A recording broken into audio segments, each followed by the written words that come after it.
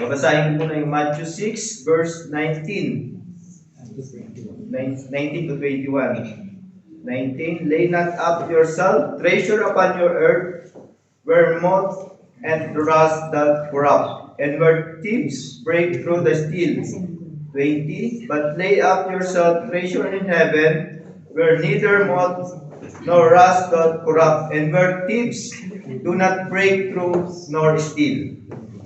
Last verse 21, for where your treasure is dear, will your heart be also. Amen.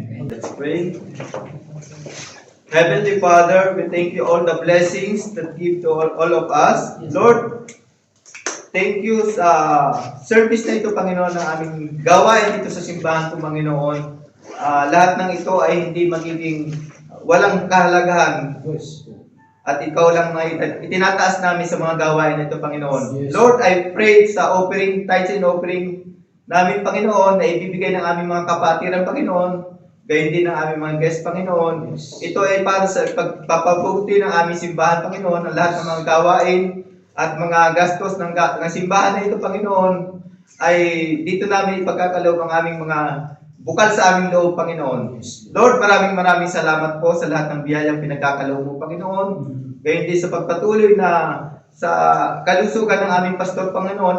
Alagaan mo po siya dahil importante po ng simbahan na ito, Panginoon, ang kanyang pangunguna, Panginoon. Lahat ng gawain na ito, Panginoon, ay ikaw lamang ang maitaas, Panginoon. Lord, ang lahat ng papuri, pasalamat sa Panginoong Jesus. Amen.